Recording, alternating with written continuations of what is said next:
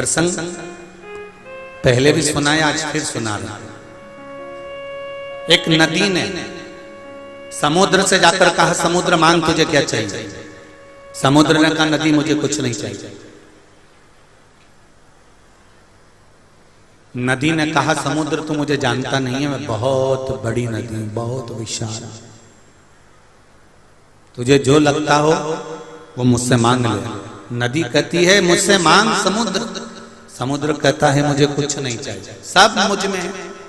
समुद्र में माणिक, मोती, औषधि, रतन, हीरा, पन्ना, सब सब समुद्र के अंदर।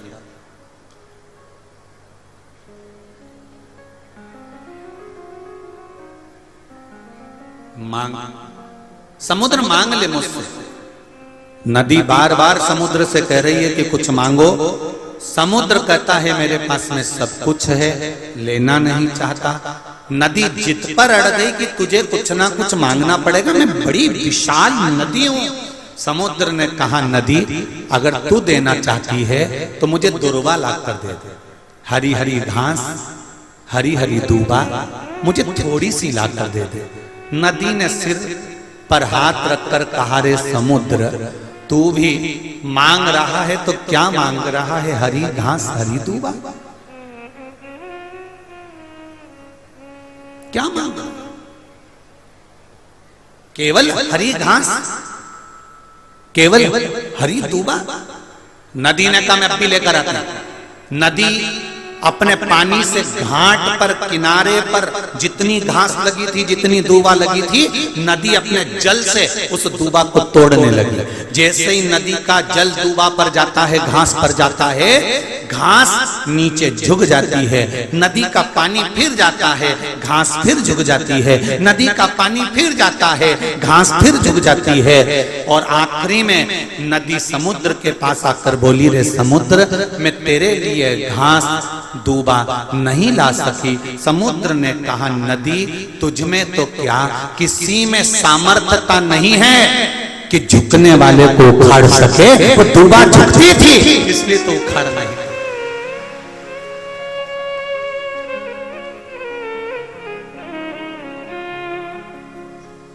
वो दुर्बा झुक रही है तेरे आगे, इसलिए तो उखाड़ नहीं पा रही। झुकने वाले को संसार का कोई मनुष्य, संसार का कोई व्यक्ति उखाड़ नहीं सकता। लंकाधिपति रावण और विभीषण दोनों को देख लीजिए। विभीषण झुकना जानता था और रावण अकड़ना जानता था। बहुत तेज हवा चलती है, बहुत तेज हवा चलती है, तो बड़े बड़े जो वृक्ष ठूट जैसे खड़े रहते हैं, वो सारे वृक्ष, सारे पेड़ टूट कर नीचे गिर जाते हैं। और जो नरम होते हैं वो हवा में भी लड़कर खड़े रहते हैं, क्योंकि झुकने में जो सुख है, नम्रता में जो सुख है, वो सुख अकड़ने में नहीं मिल सकता, वो नहीं मिलेगा।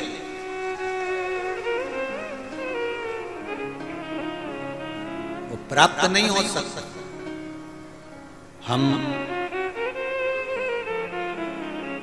आज 5वां दिन हो गया यहाँ पर, और एक दिन पहले आया तो 6ठा दिन हो गया। यादव परिवार में माननीय सांसद जी के यहाँ पर हम रुके हुए हैं। हमने 6 दिन में, वैसे तो हम आदरणीय आप सांसद जी से भी पूछना, जैसा हमारा पहले का नियम है वैसा ही नियम है कि हम हमारे कक्ष से, हमारे कमरे से हम बाहर नहीं निकलते, ज्यादा किसी से मिलते नहीं। केवल कुछ मीडिया पत्रकार बंधु आए, उनसे मिलना हुआ, क्योंकि पत्रकार, मीडिया ये भी हमारे नूतन युग के निर्माता बनकर आगे बढ़ते हैं, इसलिए इन पत्रकारों के साथ भी मिलना जरूरी होता है। मीडिया और पत्रकार ये भी युग के निर्माता। हमने देखा 5 दिन में कि पूरा यादव परिवार, चाहे वो महेंद्र भैया हों, चाहे वो श्री कृष्ण पाल सिंह जी हों, सांसद महोदय, दोनों भैया लोगों की धर्म पत्नियां हों, बच्चे हों, हमने देखा बड़े भाव से। अगर इतने बड़े औहदे पर अगर व्यक्ति होता है तो उसके यहाँ भोजन बनाने के लिए सेविका या सेवक या भोजन बनाने वाला लगा रहता है। पर हमने देखा हम 6 दिन से भोजन प्रसाद पा रहे हैं, तो या तो आदरणीय डॉक्टर कृष्णपाल सिंह जी की धर्मपत्नी या महेंद्र भैया की धर्मपत्नी या इनकी माता जी या इनकी बहन या इनकी भांजियां प्रसाद बना बना कर बड़े प्रेम से बाबा को जिमा रही हैं। ये इसमें ये नम्रता होती है।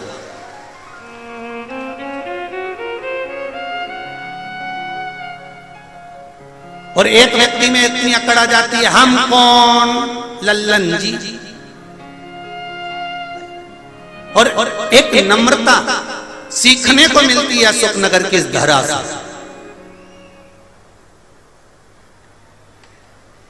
एक नम्रता सीखने को मिलती है अशोकनगर के इस यादव परिवार से कि नम्रता किसको कहते हैं, सहजता किसको कहते हैं। हम कम से कम 5 बार 6 बार सांसद जी को बोल चुके, महेंद्र भैया को बोल चुके, हम बैठे हैं सोफे पर, कुर्सी पे, तो आप भी कुर्सी पर बैठ जाओ ना। नहीं बैठे तो नहीं बैठे, जितनी देर हम बैठे रहे उतनी देर वो नीचे ही बैठे। ये नम्रता है। और फिर कहूंगा इस व्यासपीठ से, झुकने वाले को कोई उखाड़ नहीं सकता, ये निश्चित है, ये निश्चितता है।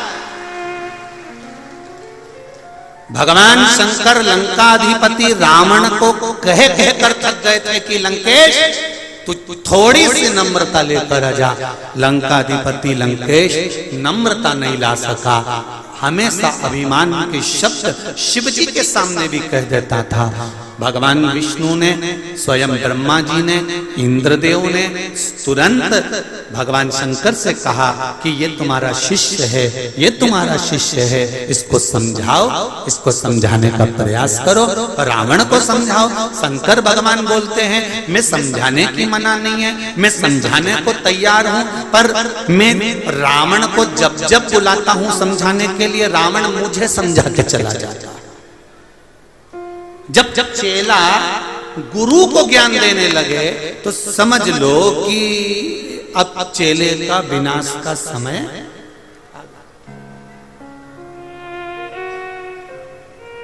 तुम इनको समझाते क्यों नहीं हो? मैं तो समझाता, मैंने समझाने में क्या मना कर। आपको एक कथा में कहा था, हिंगोली की कथा, जैसे यहां पर मंडी में हो रही है, वहां पर भी मंडी में हुई थी। हिंगोली की कथा में कहा था, जिस बच्चों को, जिन नवयुवक बेटा बेटी को अपने माँ बाप के शब्द बुरे लगने लगे और बाहर वाले मित्र दोस्तों के शब्द, पड़ोसियों के शब्द, दूसरों के शब्द अच्छे लगने लगे, समझ लेना कि उस बेटा बेटी का उद्धार कभी नहीं हो सकता। एक ना एक दिन वो धोखा खाएगा, एक ना एक दिन वो धोखा खाएंगे, ये निश्चित है। जिसको अपने माँ बाप के शब्द, माता पिता के शब्द, गुरुजन के शब्द, घर के बड़ों के शब्द बुरे लगने लगते हैं, एक ना एक दिन उसको संसार में धोखा खाना ही पड़ता है। ये निश्चित है, निश्चित है।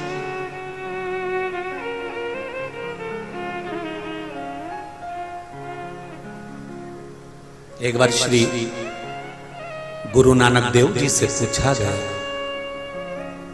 कि प्रीति कैसे करना चाहिए। बाले ने पूछा,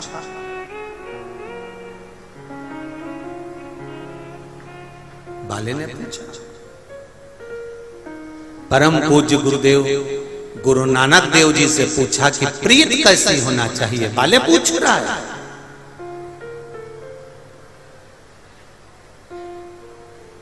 गुरु नानक देव थोड़ी देर के लिए मौन हो गए। संत स्वभाव है, ऐसे ही नाम नहीं लग जाता कि गुरु का जो संबोधन है वो ऐसे ही नहीं लग जाता। गुरु नानक देव मौन हो गए। शब्द गुरु नानक देव जी के मुख से निकल गया, वाले तो पूछ रहा है कि प्रीत कैसे करना चाहिए।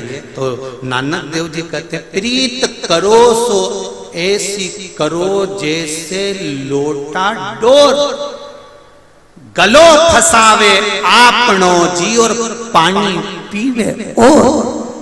अगर संसार में प्रीत करना है तो कुएं के अंदर जो मटका जाता है ना, वो मटका का मुंह रस्सी से बांधा जाता है, रस्सी से मुख बांधकर घड़ा पानी में जाता है और पानी भरकर लाता है। और देखो गला, घड़ा, मटका, गला अपना फंसाता है और पानी दूसरे को पिलाता है। ये प्रीति होना चाहिए, ये प्रीत होना चाहिए। प्रीत करो सो ऐसी करो जैसे लोटा डोर, गलो फसावे आपनो जी पानी पीवे कौन। गुरु नानक देव कहते हैं प्रीत का सबसे बड़ा आनंद है कि हम जिए, मना नहीं। संसार का हर मनुष्य जीता है, अपने परिवार के लिए करता है, बच्चों के लिए करता है, अपनी पत्नी के लिए, अपने परिवार के लिए दिन भर कमाता है, दिन भर कमाता है। पर गुरु नानक देव जी कहते हैं अपनी कमाई के लिए, अपने परिवार के लिए तो तुमने जिंदगी भर कमाया, पर उस कमाई में से थोड़ा सा भाग दूसरे के लिए भी करिए। इसलिए आपने देखा होगा संपूर्ण भारत के गुरुद्वारों में आप जब जाएंगे तब लंगर तैयार मिलता है। ये प्रीतता, ये स्नेहता, ये प्रीतता, इसको प्रीतता कहता, इसको आनंदता कहता।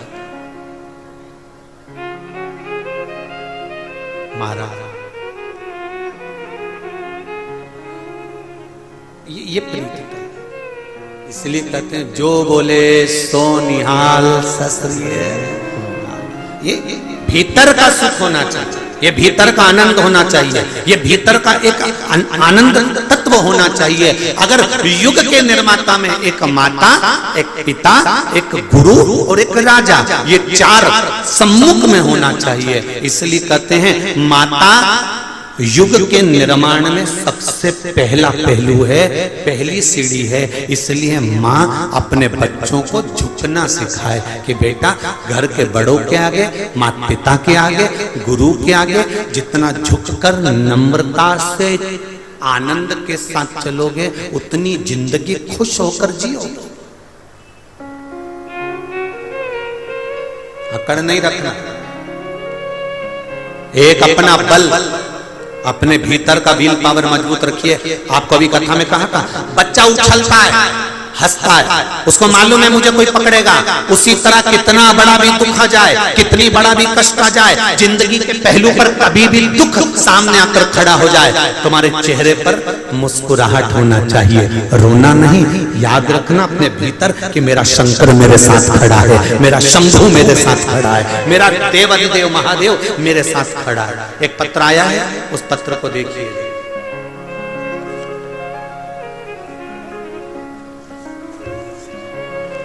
एक व्यक्ति को अगर कोबरा नाग डस जाए, किसी डॉक्टर से पूछना कि कोबरा नाग डसा हुआ व्यक्ति जिंदा रहेगा कि मर जाएगा, आपका क्या कहना है? कोबरा नाग डसता है और व्यक्ति के प्राण 22 मिनट के अंदर छूट जाता है। ये निश्चित है कि वो मरेगा।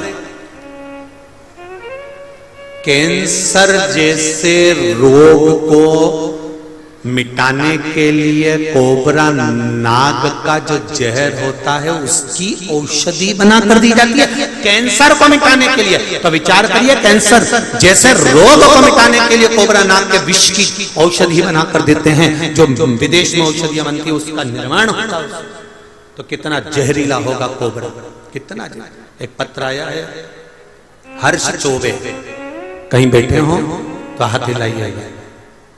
हर्ष जी चौबे कहीं बैठे हो तो दोनों आती हैं, दोनों हाथ हिला दो एक बार, हर हर महादेव। पता है चंदेरी राजा शिशुपाल की नगरी अशोकनगर। मेरी उम्र 22 साल है गुरुजी। मैं अपनी पढ़ाई के साथ ही मैं अपना बिजनेस भी करता था। बाबा की कृपा से सब कुछ जिंदगी में मस्त चल रहा था। 4 दुकानें थी। हर रोज की तरह मैं घर पर रात में दुकान से आया और भोजन करके सो गया। उसी रात में 3 बजे मुझे लगा कि जैसे मेरे सर पर कुछ बैठा है। मैंने अपने हाथ से आंख बंद में ही उसको हटाया। मेरे सीधे हाथ के बीच वाली उंगली में बहुत तेज दर्द झंझनाहट हुई। मैं तुरंत उठकर पास में सो रहे बड़े भैया को उठाया और बोला कि मुझे किसी ने काट लिया। भैया ने जब टार्च से देखा तो बोले कि सांप है और बहुत बड़ा सर्प है। जब उस सर्प को देखा तो वो कोबरा नाग था। गुरुदेव क्या वर्णन करें, उंगली में से 2 दांत नाग के गड़ चुके थे। रक्त निकलना चालू हो गया, खून आ रहा था। सांप 4 फीट लंबा किंग कोबरा था। मुझे 3:40 पर चंदेरी के अस्पताल में एडमिट किया गया और स्नेक बाइट के इंजेक्शन और बोतल लगना प्रारंभ हुई। ठीक आधे घंटे के बाद मेरी आंख बंद हो गई। इस बच्चे का फोटो देखिए जिसको कोबरा नाग ने डसा था, वो भी सामने खड़ा हुआ, फोटो भी लगाया गया। मेरे परिवार वाले मुझे केयर से ललितपुर के उत्तर प्रदेश में ले जाने लगे और ललितपुर ले जाने लगे। रास्ते में 2 जगह पर मुझे विश्राम देते हुए शरीर में दर्द अधिक होने लगा, उल्टियां प्रारंभ होने लगी, आंखें बंद होने लगी। 11:30 पर ललितपुर पहुंचे। डॉक्टरों ने जांच इंजेक्शन बताया और कहा कि यहां से आप झांसी ले जाएं, ये बच्चे की अंतिम सांसें चल रही है। झांसी मेडिकल अस्पताल में लेकर गए तो वहां पर कह दिया अब इसमें कुछ बच नहीं रहा, इसको ग्वालियर ले जाओ। तभी मेरे घर के लोगों ने हाथ जोड़ के निवेदन करा कि आप महादेव के भरोसे पर आप इसी हॉस्पिटल में भर्ती कर लो। उसको उसी हॉस्पिटल में रखा। जवाबदारी मेरे माता पिता ने ली और मेरे माँ ने मोबाइल चालू कर शिव महापुराण की कथा और श्री शिवाय नमस्तुभ्यम का जाप मेरे मोबाइल पर मेरे पास लगा दिया। गुरुदेव मुझे आईसीयू में भर्ती करा गया। बाबा की कृपा किसको कहते हैं गुरुजी? केवल शिव पुराण, ओम नमः शिवाय, श्री शिवाय नमस्तुभ्यम, केवल यही मेरे साथ था और मैं अंतिम घड़ी गिन रहा था। मेरे बाबा ने मुझे बचा लिया। ये शिव है। बैठो बेटा, हर हर महादेव। बैठ जाइए। गुरुदेव मेरे सर पर काल था पर मेरे महाकाल ने बचाया। तब से मैंने सोच लिया बाकी की जिंदगी मेरी महादेव की है और उसके लिए समर्पित रहूं। बेटे ने अपना फोटो भी डाला है। शिव कृपा किसको कहते हैं? तेरी कृपा बिना न हिले एक भी लेते हैं श्वास, तेरी कृपा से तनु तनु। एक कैंसर वाली माता ने अपना पत्र लिखा, देखिए।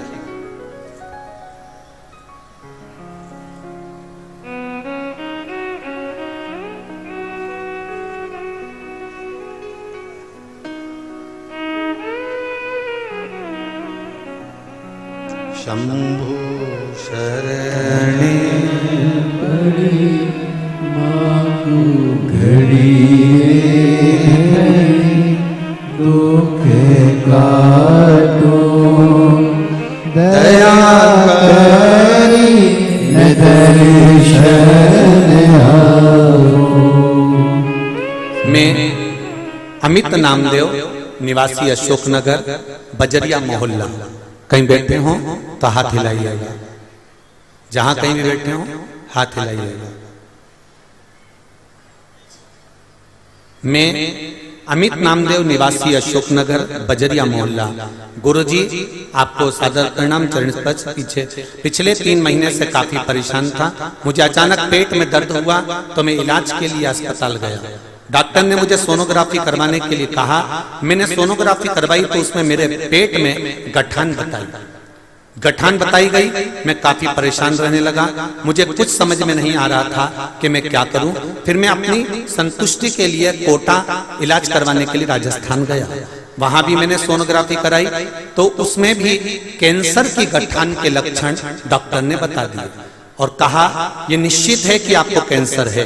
डॉक्टर ने मुझे ऑपरेशन की सलाह दे दी तो जांच करवाकर अशोकनगर आ गया।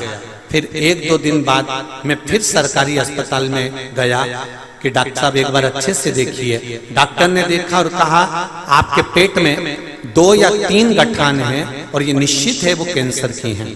फिर मैं आपके बताए मार्ग पर चलने लगा। एक बेलपत्री चढ़ाना और शहद लगाकर बाबा को अर्पण करना प्रारंभ करा।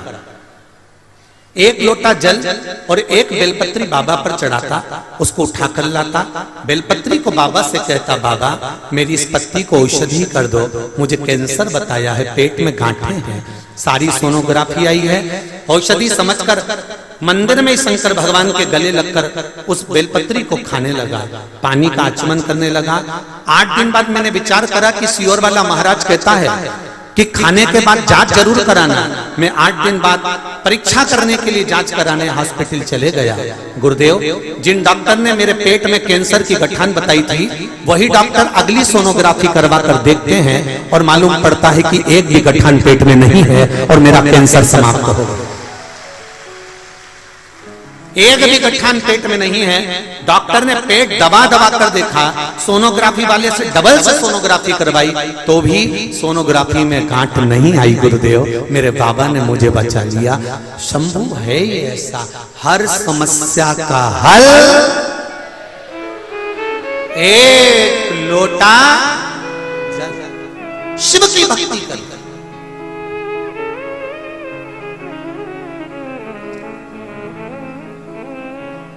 उसकी कृपा बिना नहीं मिल सकती। बड़ा कठिन है साहब। फिर निवेदन करूंगा शोकनगर वालों, तुम्हारे तो बिल्ली के भाग्य से छीका टूटता है ना, ऐसा तुम्हारी किस्मत में यीशु महापुराण की कथा मिली है। ये भाग्य है। और आपकी कथा 25 तारीख तक रहेगी, 26 तारीख से मंदसौर में चालू हो जाएगी। और मंदसौर नगर के आसपास में जितने पशुपतिनाथ के मंदिर के आसपास, पशुपतिनाथ मंदिर के जितने इस प्रांगण के अंदर कथा सुनेंगे, मैं उनसे निवेदन करूंगा कि भाग्य है जो नवरात्रि की कथा आपको मिलेगी, वो भी मंदोदरी। शिव पुराण तो वही की वही है, केवल एक उद्देश्य पकड़ा जाता है, जैसे तर्पण, जैसे नवग्रह, जैसे मंदोदरी। जिससे ये मंदोदरी शिव पुराण रखने का कारण केवल एक है कि राष्ट्रीय स्वयंसेवक संघ RSS मंदसौर जिले के अंतर्गत छोटी छोटी लड़कियां, बेटियां देह व्यापार करती हैं। उस देह व्यापार को रोकने के लिए और उस देह व्यापार को रोककर उन बेटियों को पढ़ाना, लिखाना और उनको अच्छी परवरिश देकर उनका घर बसाने के लिए ये पावन मंदोदरी शिव महापुराण की कथा रखी है, जिसका नाम मंदोदरी रखा। वो मंदोदरी माता के नाम से, एक सती के नाम से, एक शिव भक्त मंदोदरी के नाम से कम उस क्षेत्र की बेटियां सुधर सके, उस क्षेत्र की बेटियां व्यापार, ये देह का व्यापार छोड़ सके और अपने जीवन को धन्य बनाएं और अपने इस अनमोल जीवन को पहचाने की कितनी मुश्किल से ये मनुष्य की देह मिलती है। मेरा निवेदन है, जितने श्रोता भाई बहन कथा सुन रहे हैं, मंदोदरी शिव महापुराण की कथा को जरूर सुनना कि मंदोदरी के जीवन में कितने पड़ाव पड़े, कितना दुख आया, कितना कष्ट आया, कैसी जिंदगी जी, और उस कथा के माध्यम से उन बेटियों को वापस अपने घर लेकर आना, उन बेटियों को सत्मार्ग बताना।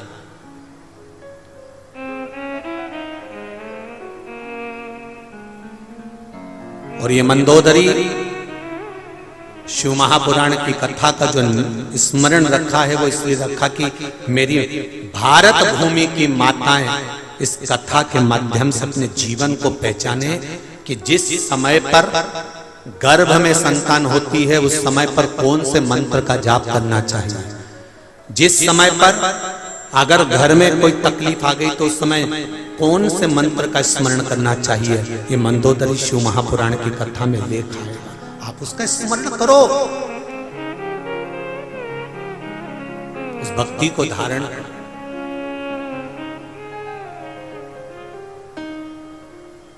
अपनी जिंदगी मस्त होकर अलमस्त, दुख आए विश्वास उस बच्चे जैसा होना कि मुस्कुरा रहा है। दुख में भी आपके चेहरे पर प्रसन्नता होना चाहिए कि मेरा महाकाल, मेरा राज राजेश्वर मेरे साथ खड़ा हुआ है, मेरा महादेव मेरे साथ है, मुझे चिंता नहीं, मुझे टेंशन नहीं, वो मुझे संभालेगा, वो मुझे संभालेगा।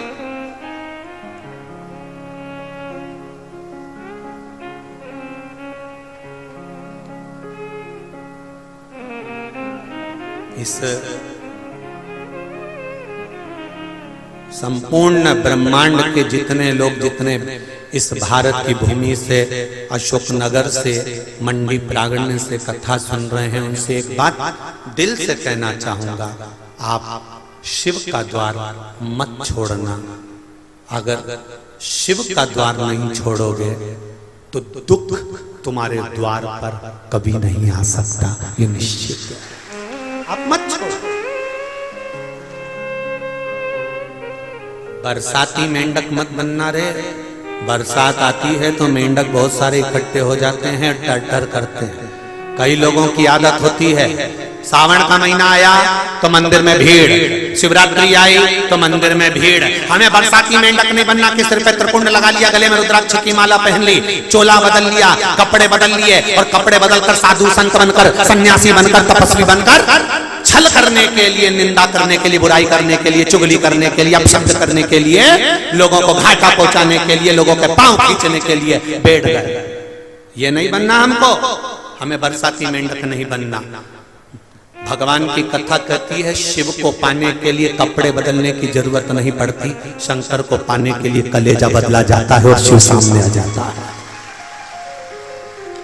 मन बदलिए, मन को चेंज करिए, चित्त चेंज करिए। कहीं मत जाओ एक लोटा जल लेकर शिव के द्वार। हम कभी नहीं कहते आपसे कि आप किसी और कुबेरेश्वर धाम आओ, बोला कभी?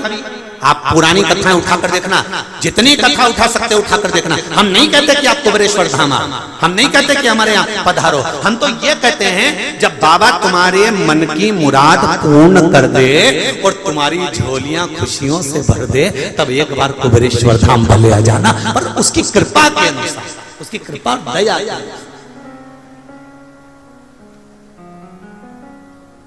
मन चंगा तो कठोते में गंगा, और नी तो गंगा भी बहती रहे तो लोग के गंगा का पानी है क्या, पक्का है क्या? होता है कभी कभी। एक माँ ने अपने बच्चों से कहा, देख 16 सरात चल रही है रे छोरा। ए छोरा, हाँ माँ 16 सरात चल रही है बेटा। हाँ माँ, एक काम करना बेटा, पिताजी का अस्थियां रखी हुई हैं, उनको गंगा जी छोड़िया बेटा। तेरे पिताजी का मन था कि मेरी अस्थियों को गंगा जी में छोड़ना। तो माँ ने बड़े बेटे से कहा, बड़े बेटे ने कहा ठीक है माँ, पिताजी की अस्थियों को गंगा जी छोड़ देंगे। बड़ा बेटा कमरे में गया, धर्मपत्नी आई। धर्मपत्नी ने पूछा कहाँ की तैयारी कर रहे हो? कल पिताजी की अस्थियां छोड़ने जाना है। पिताजी का मन था कि मेरी अस्थियों को मेरा बेटा पैदल पैदल गंगा जी तक लेकर आए, तो मैं गंगा जाने की तैयारी। तो पत्नी ने कहा काय को जाने की तैयारी कर रहे हो? तुम जाओगे तो छोटा क्या करेगा? तुम घर में रहो, छोटे वाले को भेजो। बड़े भाई ने छोटे भाई को बुलाया। छोटे भाई से कहा सुन, मुझे थोड़ा काम है, तो गंगा जी चले जाएगा पिताजी की अस्थियां लेकर? हाँ चले जाओ। छोटे भाई ने अस्थियां ली तो छोटे भाई की पत्नी ने भी कहा तुम काहे को जा रहे हो? तुम्हारा जाना जरूरी है क्या? छोटे भाई ने कहा अरे गंगा जी यहीं तो है, 60-70 किलोमीटर दूर गंगा जी है, मैं अभी छोड़ कर आता हूँ, सवेरे निकलूंगा, रात तक पहुंच जाऊंगा, वापस आ जाऊंगा, उसमें क्या दिक्कत है। और उसने अस्थियां उठाई, माता जी को काम में जा रही हूँ, और अस्थि लेकर चला। चलते चलते चलते चलते 15 किलोमीटर पहुंचा, और 15 किलोमीटर पहुंचने पे वो थक गया, पाँव में पड़ गए छाले। उसने विचार करा, राम बहुत थक गया रे, बहुत थक गया, इतना थक गया। तो वहीं से एक आदमी निकल कर जा रहा था, उस व्यक्ति को रोककर पूछा, भैया एक बात बताओ, मैं ये यहाँ बैठा हूँ, इसके नीचे से ये पानी निकल के जा रहा है, तो क्या ये नाला है? अच्छा, तो ये पानी कहाँ जा रहा है? तो कहा ये गंगा जी में आगे जाके मिल जाता है। उसने सोचा, भगवान ने बड़ी कृपा करी, जब ये पानी गंगा जी में जा रही है तो अस्थियां ही छोड़। उन्हें पिताजी की अस्थियों को वहीं छोड़ दिया, पिताजी की अस्थियों को छोड़कर, और बेटा वापस घर आ गया। माँ ने पूछा, बेटा पिताजी की अस्थियों को छोड़ आया? हाँ माँ, छोड़ आया। रात को पिताजी माँ के स्वप्न में आए और कहा, सुबह माँ को क्रोध आ गया, बेटे को बुलाए, इधर आ, पिताजी की अस्थियों को कहां छोड़कर आया? क्यों मां, हुआ क्या? तेरे पिताजी मेरे सपने में आके बोले कि छोरा मेरी अस्थियों को नल्ले में पटक कर आ गया 20 किलोमीटर दूर, वहां से 40 किलोमीटर गंगा बची थी। इतने में लड़के को आ गया गुस्सा, और गुस्से में आकर बोला, माँ ये पिताजी की आदत कभी नहीं छूटेगी, 40 किलोमीटर उधर जाने की अपेक्षा 20 किलोमीटर तक काहे को आ गए? अगर जाना ही था तो उधर 40 किलोमीटर आगे चले जाते, यहाँ 20 किलोमीटर आगे सपने में बोलना जरूरी था। माँ जाते नहीं बना कि वहां चले जाऊं 40 किलोमीटर। माँ ने माथा ठोका, बेटा तू उसको नल्ले में क्यों पटक के आया है? अब तो पटक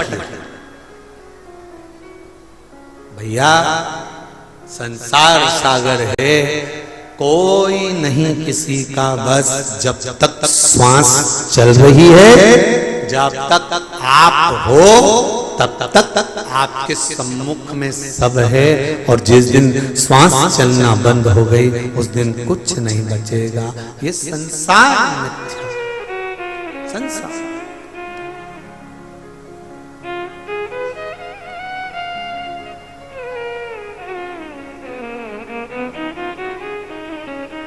महाराज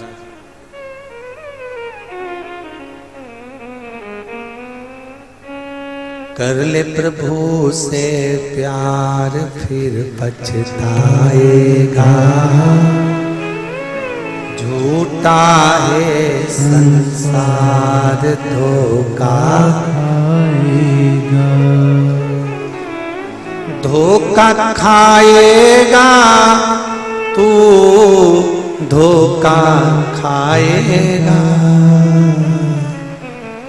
झूठा है संसार, धोखा खाएगा।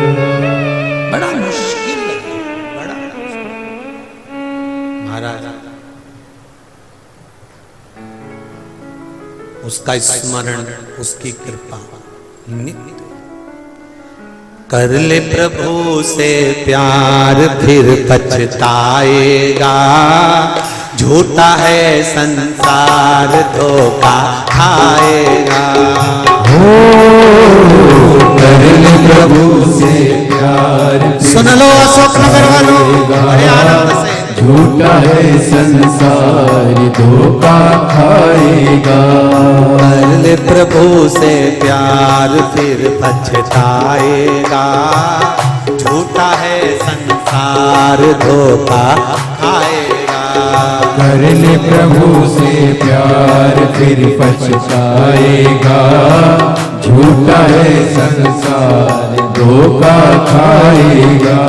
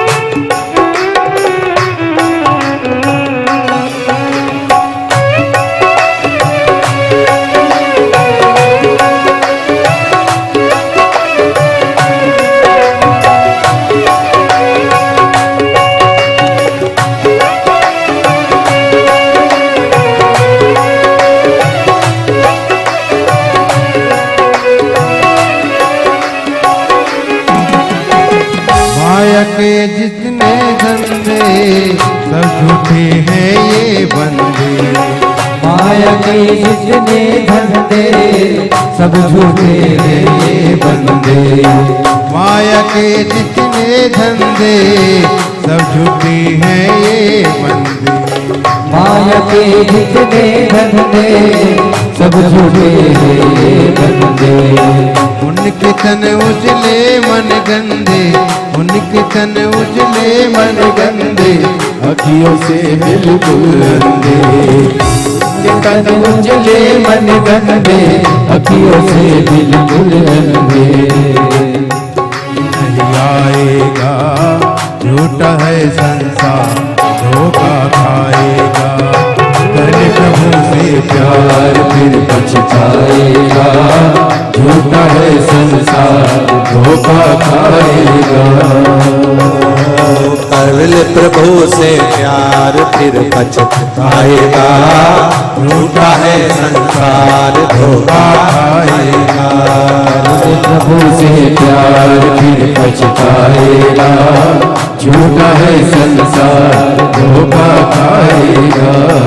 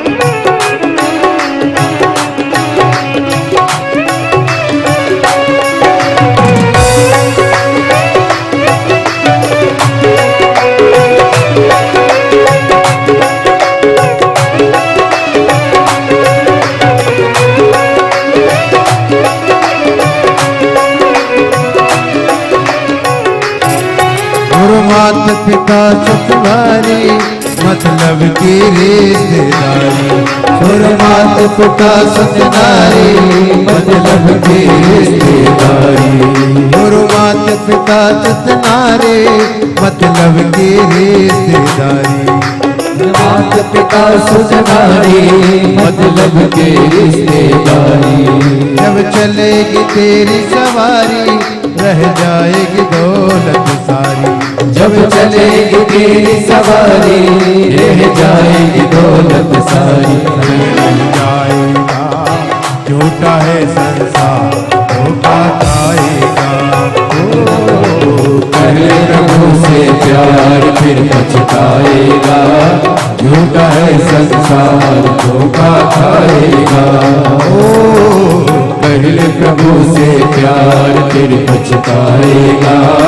झूठा है संसार, धोखा खाएगा।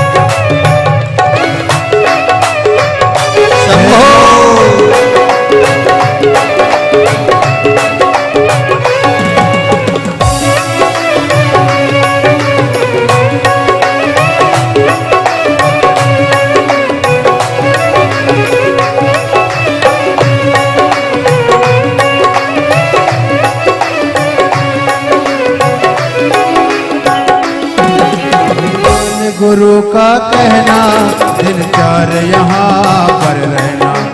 मान गुरु का कहना दिन चार यहाँ पर रहना।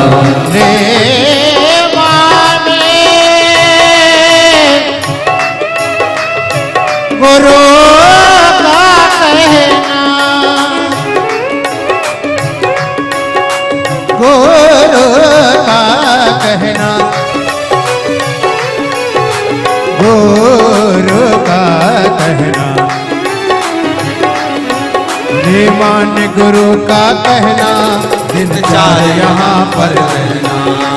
मान गुरु का कहना दिन चार यहाँ पर रहना।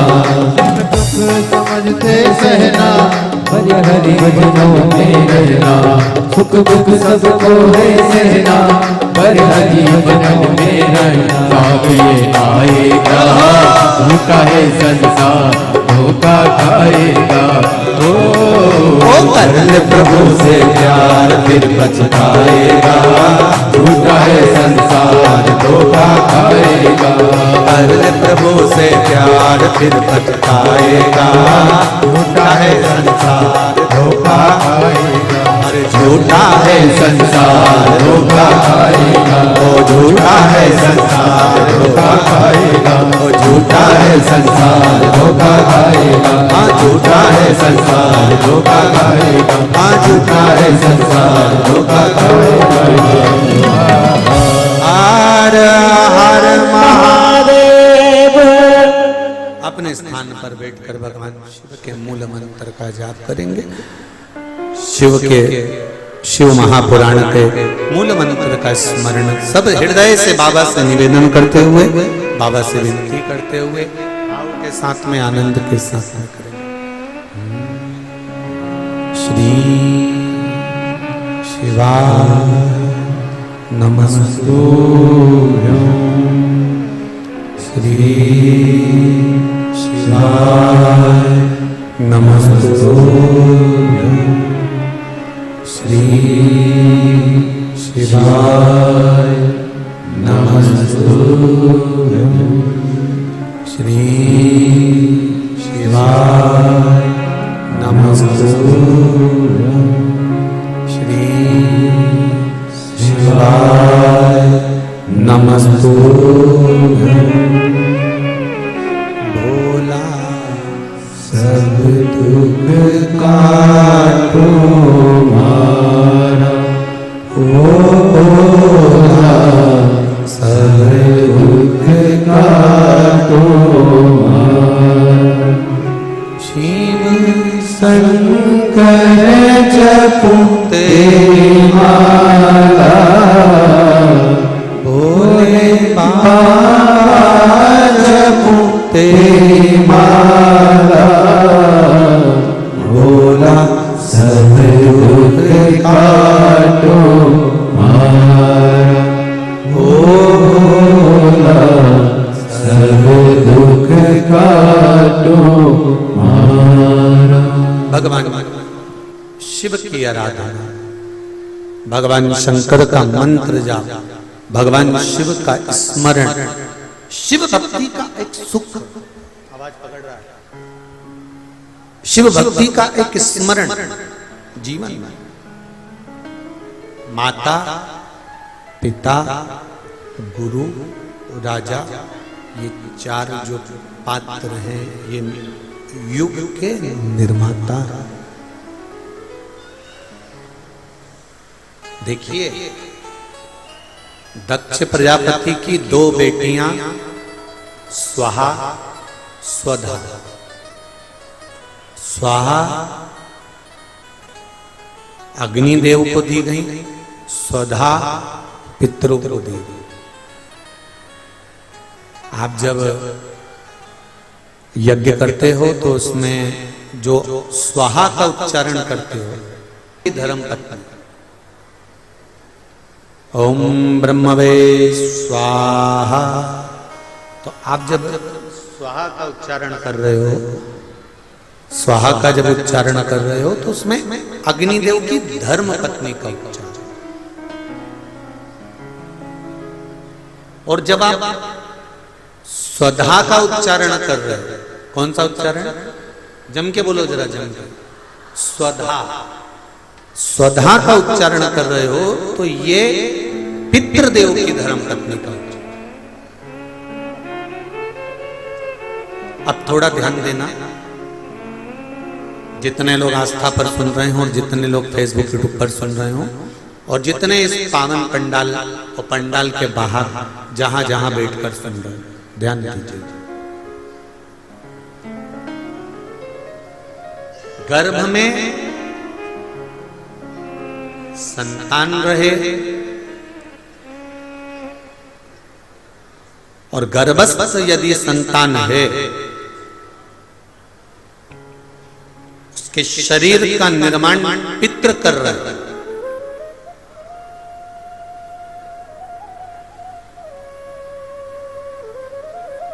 और शरीर में जो आत्मा है, उस आत्मा के बल पर उस शरीर को स्वस्थ रखने का निर्माण स्वधा कर। थोड़ा ध्यान दीजिएगा माताएं विशेष रूप से, और मेरे भाई लोग भी बहुत ध्यान से।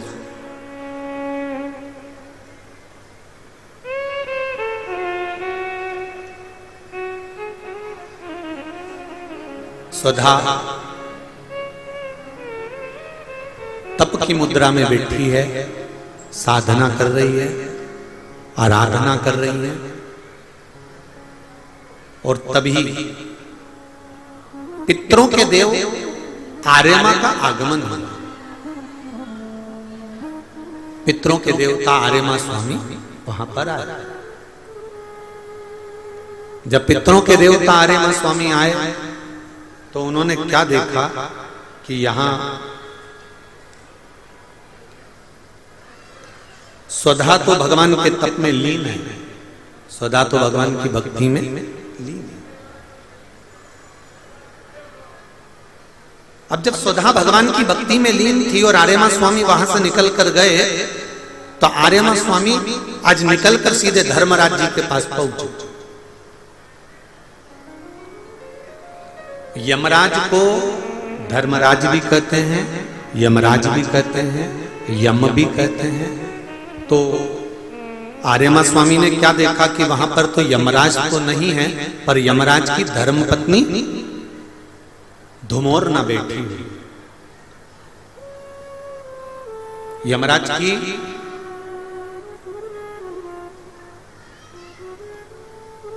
तेईस धर्मपत्नियां थी, जिसमें से एक का नाम धुमोरना था, जो यमराज की प्रिय थी।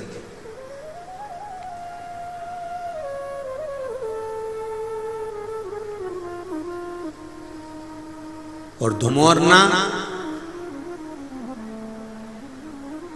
जिसको हमारे यहां पर युद्ध के मैदान में जब आपस में युद्ध होता है, लड़ाई होती है, एक दूसरे से जब युद्ध होता है और युद्ध में किसी को मारा जाता है, तो मारना नहीं कहते उसको, काटना नहीं कहते उसको कहते वध।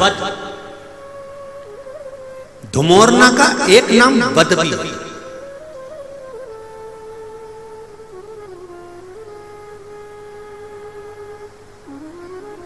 धुमोरना बेटी है और उस धुमोरना की गोदी में उसका बेटा है, यमराज का बेटा, जिसका नाम है कतिला।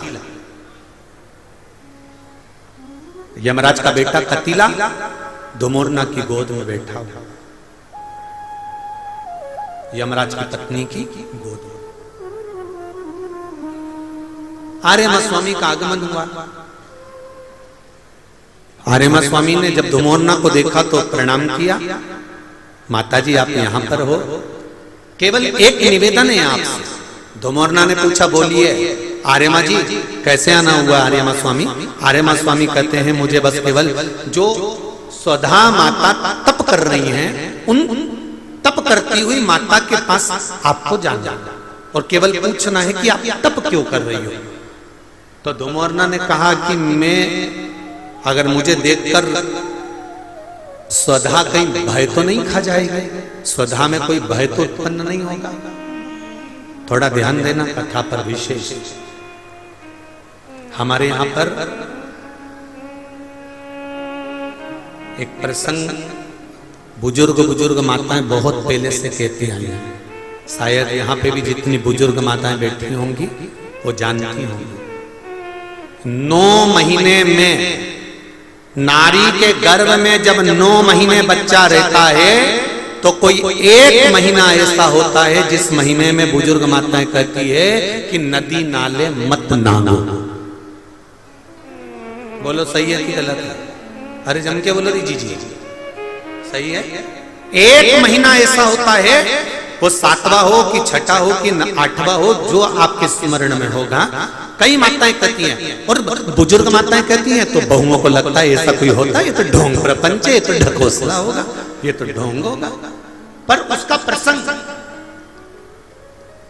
कई बहुओं ने माताओं से कहा होगा ऐसा कोई होता है क्या कि मैं मायके नहीं जाऊं और ये वाले महीना 1 महीना 9 महीने में 1 महीना मेरी माताओं के गर्भ के समय का ऐसा होता है कि जिस महीने में बुजुर्ग माताएं कह देती है कि इस महीने में तुम नदी नाले मत लांगो, अपने घर में रहो, स्वस्थ रहो, ना कहीं जाना ना कहीं आना।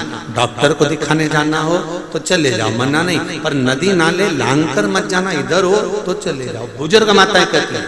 अब इन बुजुर्ग माताओं को किसने बताया ये कि नदी नाले मत नांगना? वो प्रसंग ये शिव महापुराण की तर्पण, जो शिव पुराण की कथा आप सुन रहे हो, वो प्रसंग यहां मिलता है कि स्वधा तप कर रही है और उसके तप करते समय वो अपने बच्चों को जन्म देने वाली है और उस समय पर यमराज की धर्म पत्नी धुमोरना समझाने के लिए आती है। 1 महीना लगता है धुमोरना को स्वधा को समझाने के लिए। इसलिए हमारे यहाँ पर बुजुर्ग माताएं कहती है कि इस महीने में तो नदी नाले मत नांगना, क्योंकि यम की पत्नी आई है।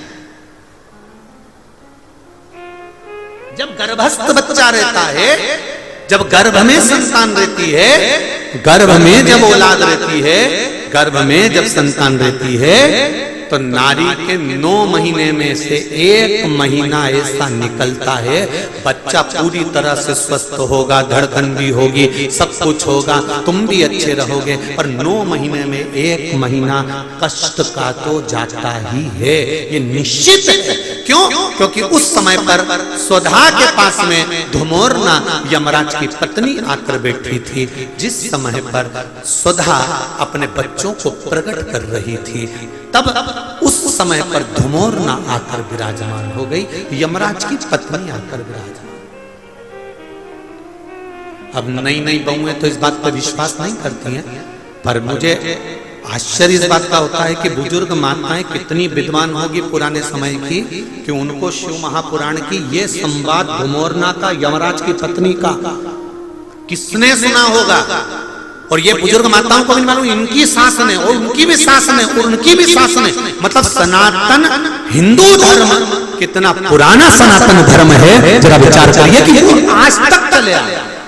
अब उसको लोग ढोंग के ले, ढकोसला के ले, चाहे कुछ के ले। अब ये तो अब यहाँ बैठकर आप लोगों को कुछ शिव पुराण के, कुछ स्कंद पुराण के, कुछ पद्म पुराण के, कुछ अग्नि पुराण के, कुछ नर्मदा पुराण के कुछ उपाय यहाँ से बता दिए जाते हैं। अब उसमें लोग हमें टोटका वाला महाराज कहें, चाहे जो महाराज के, उनकी मर्जी। आग लगे बस्ती में, सियोर वाला रहे मस्ती, अपने को क्या करना उसमें। वो जो बोले बोलता रहे, जिसको जितनी पिसी हुई काली मिर्ची लगे वो लगती है, अपने कोई फर्क नहीं। अपन तो मस्त अपनी जिंदगी जियो। भगवान ने ये शरीर दिया है भजन करने के लिए, सतमार्ग बताने के लिए और अपने जीवन को भगवतमय बनाने के लिए। इससे ज्यादा कुछ नहीं करना। अपनी जिंदगी को भगवान के चरणों में कमाओ, दुकान चलाओ, घर चलाओ, परिवार चलाओ, खूब कमाओ। एक दुकान की जगह 4 दुकान करो, 25,000 की जगह 50,000 रुपए महीना कमाओ, खूब कमाओ, दिल से कमाओ, जितनी शरीर की कैपेसिटी है उससे ज्यादा कमाओ। बस एक निवेदन है, कमाई खूब दिल से करो। कमाने के बाद दान भी मत करो, किसी को मत दो, पर अपने ऊपर खर्च तो करो। जोड़ जोड़ के मत मरना रे, जोड़ जोड़ के मर गए और बाद में दुनिया के लोग उसका भोग करें। इसलिए मेरा माताओं से भी निवेदन है, तुम्हारी अलमारी में जितनी जोरदार जोरदार साड़ियां रखी हैं सब निकाल के पहन लो। मरने के बाद ऊपर याद आएगी मैंने वो पीले कलर की नहीं पहनी, तो कितना जीवड़ा दुखेगा। यमराज से कहोगी यमराज वंश मोर एक बार फिर छोड़। यमराज के चल रही कि दो चल, फिर रोते रोते कहोगे मैंने वो पीली वाली तो पहनी नहीं, अभी तो उसकी चोली सिलवाई थी, उसमें पीको करवाई थी, मैंने अपने हाथ से फाल लगाई थी, पर वो अभी मैंने पहनी नहीं है। यमराज एक बार छोड़ दे। यमराज की अब तो वो तेरी बहू पहनेगी। इसीलिए मेरा निवेदन है जीजियों, तुमने फाल लगाई, तुमने पीको कराई, तुमने चोली सिलाई, तुमने मेहनत करी, तो पहनो भी तुम। मरने के बाद की कोई गारंटी नहीं, कोई भरोसा। अपनी मस्ती में जियो, दुनिया के लोग आप पर उंगली उठाते रहेंगे, आप शब्द कहते रहेंगे, गालियां देते रहेंगे, आड़ा टेढ़ा बोलते रहेंगे, और तुम घर में दो तरह की बहू होती है, एक बेचारी दिन भर टेंशन में जीती है और एक मुस्कुरा के बेफिक्र। एक घर में समझदार बहू होती है और एक बिल्कुल पागल। जो समझदार होती है उसको पूरा घर संभालना पड़ता है। जीजी आई, ननंद आई, काका आया, काकी आई, बुआ आई, ये है वो हो गई। उसको पूरी शादी में, पूरे फंक्शन में काम संभालती रहती है। और एक होती है पगली, उसको सास कहती है हमारी बहू में तो अक्ल ही नहीं। जिसमें अक्ल नहीं वो सबसे पहले डेंटिंग पेंटिंग करके मेहंदी बंडा बुंडू के सबसे पहले बफेट में गुलाब जामुन रसगुल्ला खा खुआ के वो जा। उसे कोई मतलब नहीं कौन आया कौन गया, कितना बेटर, कितना भोजन, कितनी केटरिंग, उसे कोई मतलब नहीं। वो तो खा पी के और बढ़िया अपनी सहेली के साथ गप्पे मप्पे मारे। तो मौसी सासन बोलती देख तेरी बहू को देख कितनी गप्पे मार रही, और वो बेचारी बड़ी वाली कितनी काम कर रही। तो क्या हमारी बड़ी तो समझदार है और छोटी में तो अक्ल नहीं। अब बताओ जायदाद का हिस्सा तो दोनों को मिलेगा, तो फिर समझदार होने से फायदा कौन सा? अकल से होने से फायदा मिलेगा तो उतना ही, जितना इसको मिला इतना इसको मिला, जितना इसको मिलेगा उतना उसको मिलेगा। तो क्या किसको रोइए, चादर तान के सोइए, मस्त होकर जिंदगी जियो। 50 रुपए भी कमा रहे हो तो मस्त होकर जीना, रोकर नहीं। जब देखो जब आंख में आंसू भरकर हमारा तो व्यापार नहीं चल रहा, शिव जी को एक लोटा जल चढ़ा, भगवान का भजन कर, कीर्तन कर, मंत्र जाप कर, स्मरण कर। किसी से मत के कि ये नहीं हो रहा, शंकर जी के पास चले जा, एक लोटा जल चढ़ा, एक बेलपत्री दिल से चढ़ा, ज्यादा उनको चाहिए भी नहीं, कुछ भी नहीं चाहिए, बस दिल से भजन और कुछ। कितना पुरातन हमारा सनातन धर्म होगा कि बुजुर्ग माताओं को आज तक मालूम है कि 1 महीना नदी नाले मत। कितना पुरातन सनातन धर्म है, जरा विचार। अब इनको लोग समझे ना समझे, जो लोग ज्यादा VIP हो जाते हैं ना, तो वो दूसरों को ज्ञान बहुत देते हैं पर खुद अपने ऊपर अमल कभी नहीं करते। मेरा निवेदन है थोड़ा सा, जितनी बात आप कहते हो उतना खुद पर भी अमल करना सीखो, स्वयं पर।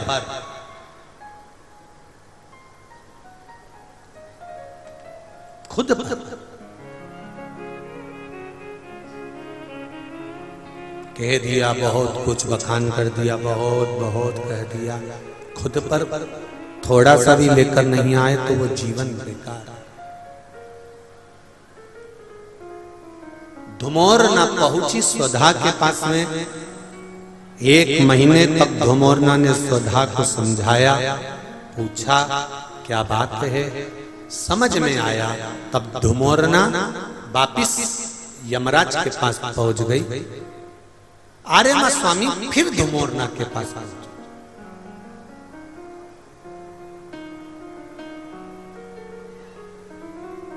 वापिस जिस नारी को डॉक्टर ने कह दिया कि इसकी डिलीवरी हो सकता है 8वें महीने में हो जाए, बच्चा 9 महीने तक रिस्क नहीं ले सकते, 8वें महीने में या 7वें महीने में बच्चे को जन्म देना पड़ेगा, ऑपरेशन करना ही पड़ेगा।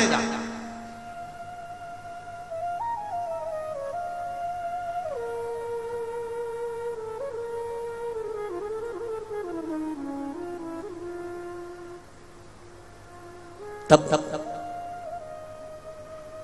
केवल एक बेलपत्री पर रखा हुआ एक चावल का दाना नारी का हाथ का स्पर्श कराकर स्वधा माता का नाम लेकर अशोक सुंदरी की जगह मालूम है सबको, अशोक सुंदरी वाली जगह पर केवल चढ़वा दीजिए, वो बच्चा पूर्ण तरह से 90 महीने में ही जन्म लेगा, 8वें में नहीं, और स्वस्थ,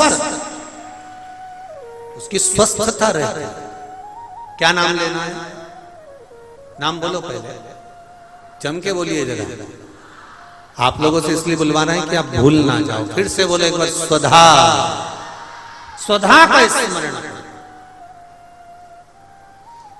स्त्री, नारी और पुरुष, चाहे बेटे हों चाहे बेटियां हों, नारी हो पुरुष हो, ये उदर से जुड़ा हुआ हरनिया, उदर से जुड़ी हुई पथरी, या जो भी एक पत्र आए हैं, पत्र बहुत सारे आए हैं, पर समय निकलता है इसलिए उस पत्र को हम लोग नहीं पढ़ रहे। पत्र इधर भी है, इधर भी है, और बहुत सारे हैं, पर और लोगों ने लिखा बड़ा सुंदर सुंदर है। इसमें आया है कि एक बच्चे के 5 पथरी है और पथरी की गांठ पड़ गई, वो भी किडनी लीवर के पास।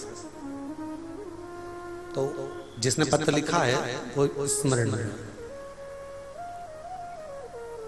चाहे पुरुष हो चाहे स्त्री हो, चाहे बेटे हो चाहे बेटियां,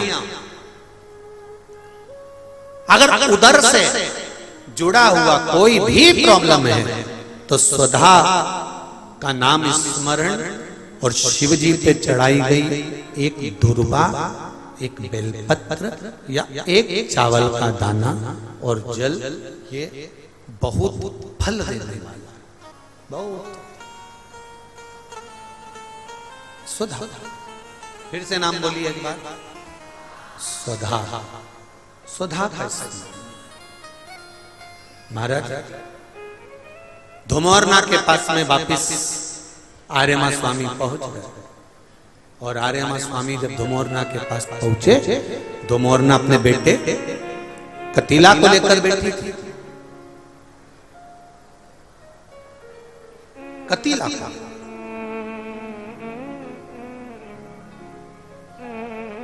आज धुमौरना कतीला को ज्ञान उपदेश दे रही, जिस समय पर आर्यमा स्वामी का आगमन हुआ।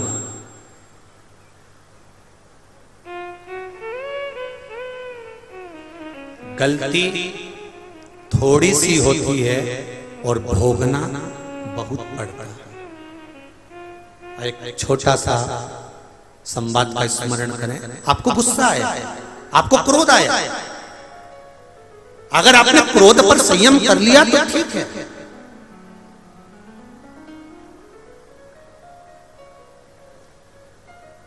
आपने अपने क्रोध पर संयम कर लिया तो ठीक है। किसी ने कुछ कह दिया, तुम्हें गुस्सा आ गया, तुम्हें क्रोध आ गया, तुमने चक्कू उठाया, तलवार उठाई, बंदूक उठाई, और कितनी देर लगी? मात्र 5 मिनट लगे, तलवार घोंप दी, चक्कू मार दिया। अब जरा विचार करिए, आपको क्रोध आया, किसी ने कुछ कह दिया, किसी ने कुछ बोल दिया, और चक्कू मारने में केवल 5 मिनट लगे, 10 मिनट लगे, तलवार मारने में 20 मिनट लगे, बंदूक मारने में 2 मिनट 5 मिनट लगे। पर जरा विचार करिए, बंदूक की गोली तो लग गई, तलवार भी लग गई, चक्कू भी लग गया, पर भोगना कितना पड़ेगा? थोड़ी सी देर के क्रोध में 10 मिनट में सारा काम हो गया। अब 10 मिनट का क्रोध तुमसे पाप करा दिया। अब वो 10 मिनट के पाप को 10 साल 20 साल 25 साल भोगो।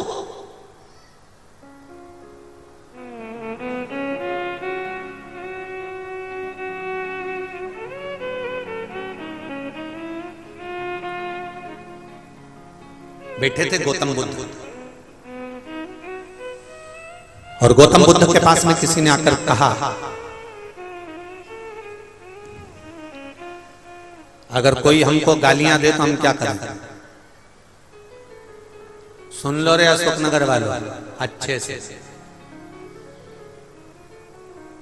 तुम्हारे अशोकनगर में भी जरा गाली का ट्रैक बहुत सुंदर है, सर अच्छे से सुन लेना जरा।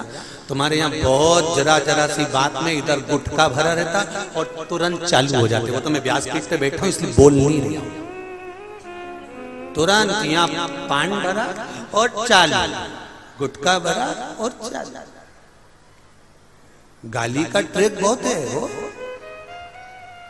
वो किसी किसी को तो जानते भी नहीं तो भी बक दी है तो है ही ऐसा, बक बुका के बुझ जाए बुझ जाए बुझ जाए। अब बक तो दी तुमने, बोल तो दिया।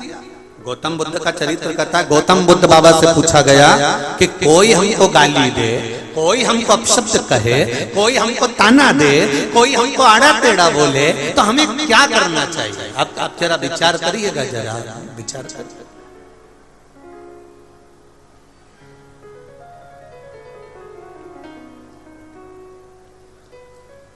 हमने एक बात कही थी कल की कथा में कि पतंग और नाम जितना ऊंचा जाता है काटने वालों की संख्या बढ़ जाती है।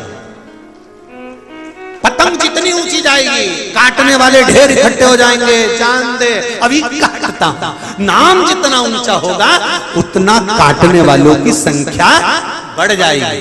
आज जितनी उन्नति की सीढ़ी पर चढ़ते जाओगे उतना पांव खींचने वालों की संख्या बढ़ती जाएगी, क्योंकि ऊंच निवास नीच करतूती देख न सकई पराई विभूति। ऊंचे ऊंचे सिंहासन पर बैठ गए, ऊंचे ऊंचे अवधे पर बैठ गए, ऊंचे ऊंचे पद पर बैठ गए, और वहां बैठकर भी कोई आगे बढ़ रहा है तो उसको नीचे गिराने का सोचने बैठ गए। इतनी ऊंची पोस्ट पर बैठने के बाद कहां पद, प्रतिष्ठा, नाम। गौतम बुद्ध से पूछा गया, बताओ कोई गाली दे तो क्या करें, कोई अपशब्द कहे तो क्या करें? सुन लो जरा अच्छे से। गौतम बुद्ध बाबा कहते हैं किसी पेड़ के नीचे बैठे थे, ऊपर से डाली टूट के नीचे गिर गई, तुम पेड़ का क्या बिगाड़ लोगे? सुन लो रे अशोकनगर वालों जरा अच्छे से, बहुत सावधानी से सुनना। भले तुम अगली बार मत बुलाना पर सुन तो लो दिल से, और नहीं बुलाओगे तो क्या हुआ? अशोकनगर तो हमने देख लिया कि यहीं से सिरोन से होते हुए आना, तो हम तो कभी भी भग जाएंगे, हमारा क्या टेंशन। तुम अच्छे से सुन लो, और अपने सांसद महोदय तो हैं, उसमें कोई दिक्कत वाली बात नहीं है। कथा कभी भी कह देंगे सांसद जी कथा, सांसद जी बोले मंडी है, चलो चलो, उसमें क्या दिक्कत? उसमें कोई विशेष दिक्कत वाला कोई क्रम नहीं है। परंतु ध्यान से सुनना, गौतम बुद्ध से किसी ने पूछा कि कोई हमें गाली दे, कोई हमें अपशब्द कहे, कोई हमें ताने दे, कोई हमारे लिए आड़ा टेढ़ा बोले, हमें क्या करना है? गौतम बुद्ध ने कहा पेड़ के नीचे से निकल रहे थे, और पेड़ के नीचे से निकलते निकलते डाली टूट कर तुम्हारे ऊपर गिर गई, तो तुम क्या करोगे वो बताओ? तो उसने कहा क्या करेंगे, डाली को एक साइड पटक के घर चले जाएंगे। तो बस गौतम बुद्ध कह रहा है कोई आड़ा टेढ़ा बोले तो समझ लो इसके पेड़ की डाली टूट के नीचे गिरी है, इसको कोई अपने वापिस झगड़ा करने थोड़ी ना जाएंगे। इसलिए भगवान का भजन करो और अपने घर जा। आग लगे बस्ती में और अपन रहो, उसको बकने दो, उसको आड़ा टेढ़ा बोलने दो। वो जितना बोलेगा बोलता रहे। तुम घर में प्रैक्टिकल करके देखना, जब सास खूब गाली दे, खूब, मेरा बहुओं से निवेदन है, वो गाली दे तुम आंख में सुरमा लगाना, पेंसिल से लाइन खींचना और फिर डब्बा भरना, फिर इधर नीली, इधर कत्थई, इधर मार और भर के और बढ़िया पल्लू वल्लू में पटरी मटरी लेके और सास के साथ जाके ऐसा कर। बस इतने में तो सास सोचे कि गजब की है रे, गजब की है ये गुना वाली, तो गजब की, गजब क्या होगा? वो बोले बोलने दो, वो बके बकने दो, अरे वो कहे कहने दो, उसके कहने से कुछ नहीं होगा। कहते रहो। हमारी अम्मा कहती थी कौवा के कोसने से पाड़ा नहीं मरता। तुम्हारे यहाँ कोई कहावत हो तो हमको लिख के भेज देना, हम कल कथा में बोल देंगे। कौवा के कोसने से पाड़ा नहीं मरता, किसी के अपशब्द बोलने से, आड़ा टेढ़ा बोलने से, ताने देने से किसी का कुछ नहीं बिगड़ता। बस इस आत्मा से किसी का दिल मत दुखाओ, किसी के लिए आड़ा टेढ़ा मत बोलो, किसी के हृदय को ठेस ना पहुंचे, मस्ती में जिंदगी जियो। हम पहले भी कहे दुख बहुत है, शंकर जी के मंदिर में जाओ प्रणाम करो। बहुत ज्यादा दुखी हो, शिव मंदिर में थोड़ी स्माइल दो। शंकर जी को भी पार्वती जी बोलेगी इतना दुखी है, उसके बाद भी मंदिर में मुस्कुरा कर आती है। शंकर जी कहेंगे ये मेरे मंदिर में आकर मुस्कुराई है, इसलिए मैं इसको हमेशा मुस्कुराने का वर देता हूं। ये फिर रोएगी नहीं कभी, मुस्कुरा। सुधा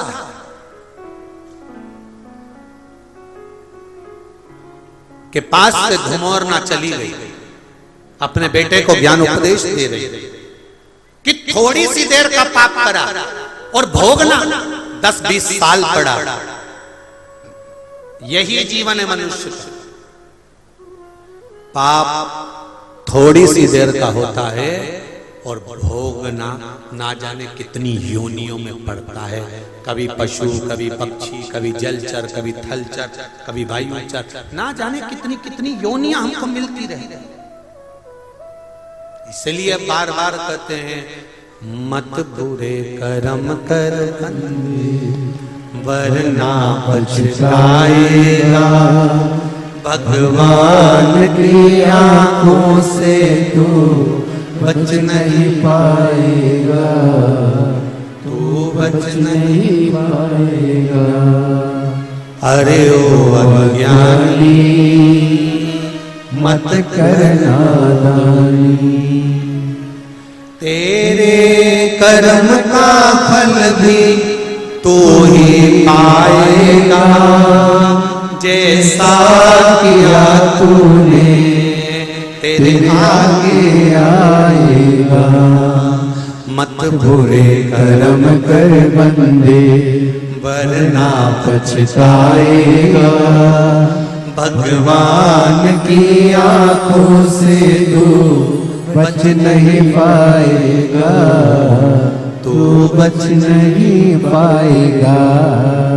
अच्छा कर्म करते चलो। धुमोरना के पास में आर्यमा स्वामी आ गए। आर्यमा स्वामी ने धुमोरना से पूछा कि ये पितरों की धर्म पत्नी स्वधा क्या चाहती है। धुमोरना ने कहा उसके गर्भ से संतान प्रकट होने वाले हैं। 3 बेटियों का जन्म स्वधा के सम्मुख में होने वाला है और वो 3 बेटियां साधारण नहीं है पितरों को।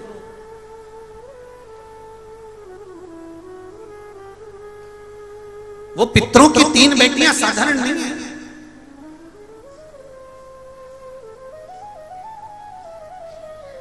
शिव महापुराण में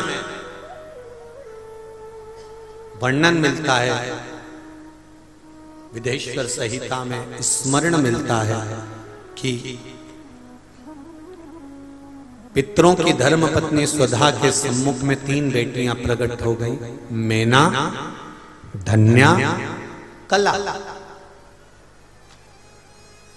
3 बेटियां, बहुत सुंदर बेटियां सामने प्रकट हुई। पितरों की धर्मपत्नी स्वधा के गर्भ से ये बच्चों का जन्म नहीं हुआ, उनके सम्मुख में तप साधना और भक्ति से प्रकट कर, भक्ति से प्रकट। जब डॉक्टर कह दे कि बच्चे की धड़कन नहीं है, जब डॉक्टर कह दे कि बच्चे को तकलीफ है, जब डॉक्टर कह दे कि इसको ये तकलीफ है, हम तो यहां तक कहेंगे जिनके बच्चा जन्म लेने के बाद में भी अगर माइंड से, श्रवण से, वाणी से, शरीर से अगर बच्चा जन्म लेने के बाद भी अगर तकलीफ में है तो स्वधा का स्मरण कर कर देसी गाय का घी शंकर भगवान पर लेपन करिए। क्या लेपन करना है? देसी गाय, जर्सी गाय नहीं, देसी गाय का घी शिव जी पर सोमवार की अष्टमी के दिन लेपन करिए और लेपन कर कर उस घी को उंगली से उठाकर ले आइए। जो बच्चा दृष्टि से, श्रवण से, वाणी से, शरीर से जन्म के बाद में तकलीफ में है और अवस्था उसकी छोटी है, अगर वो 10 साल के अंदर अंदर का है तो उस बच्चे की नाभि में वो घी थोड़ा सा कुनकुना कर कर ठंडा होने के बाद उसको डालिए और बच्चे की उस घृत से नैनों के पास, श्रवण शक्ति के पास थोड़ी थोड़ी मालिश करना सुधा माता के नाम से प्रारंभ करिए। थोड़ा दिन 2-3 महीने कर कर देखिए, बच्चे में थोड़ा थोड़ा सा फल आना प्रारंभ हो जाएगा और धीरे धीरे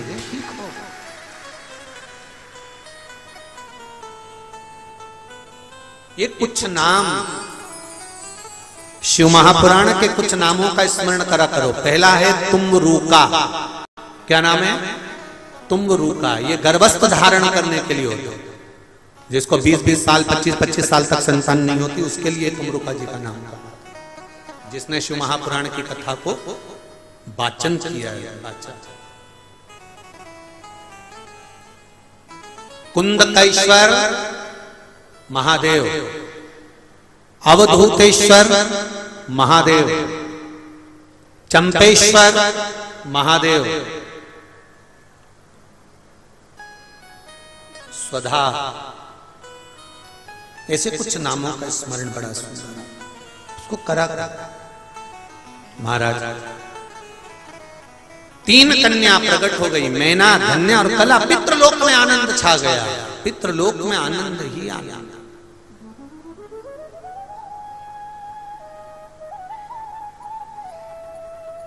दक्ष प्रजापति के घर में बेटियां जन्म ली तो खूब नगाड़े, ढोल, बैंड बाजा बजाया गया, बड़ी प्रसन्नता हुई। हिमालय राज के घर में बेटी ने जन्म लिया, पार्वती ने, तो बड़ी प्रसन्नता हुई। जनक जी के घर में बेटी ने जन्म लिया, बड़े प्रसन्न हुए। वृषभानु जी के यहां राधा जी का जन्म हुआ, बड़े प्रसन्न हुए। पर ये नियम किसने लगा दिया कि बेटे का जन्म होता है तो ढोल नगाड़े बजते हैं और बेटी का जन्म होता है तो सास चूल्हा के पास और मां पलंग पे रोती है कि बेटी का जन्म हो गया। शास्त्र उठाकर देखिए, पुराने समय से बेटी के जन्म पर कितनी खुशियां मनाई जाती हैं, बेटी के जन्म पर कितना आनंद होता है। क्यों? क्योंकि बेटा एक कुल को तारता है और बेटी 2 कुल को तारती है, इसलिए बेटी के जीवन का खुशियां मनाना चाहिए। पर ना जाने कौन ने ऐसी अक्ल भर दी सब में, पता नहीं कौन ने ऐसी अक्ल दे दी कि बेटा जन्मे तो खुशियां मनाओ, खूब लड्डू, पेड़ा, गुलाब जामुन बड़ा बड़ा लड्डू बना के भेजो, बहू को भी खूब हरीरा खिला, जापा का लड्डू, और लड़की हो जाए तो हॉस्पिटल से बच्चा जन्म लेता है और माँ जब हॉस्पिटल से आती है ना, सांस उतनी देर में उसके चेहरे से मालूम पड़ जाता है। वो नी भी बोलेगी तो मालूम पड़ जाएगा कि लड़का हुआ कि लड़की हुई। उसके हाथ की जो डोलची होती है ना दूध की चाय की, वो केतली, वो हिलने से मालूम पड़ जाता है। जब ज्यादा हिले तो समझ लो लड़का हुआ, और जो धीमे हिले वो केतली हिलने से मालूम पड़ जाता है कि छोरी हुई। एकदम चुप केतली लेके चली जा रही है। फिर तो पूछो भी मती कि लड़का हुआ कि लड़की हुई, समझ जाओ केतली नहीं हिल रही है। जब केतली ज्यादा हिले तो समझ लो कि लड़का।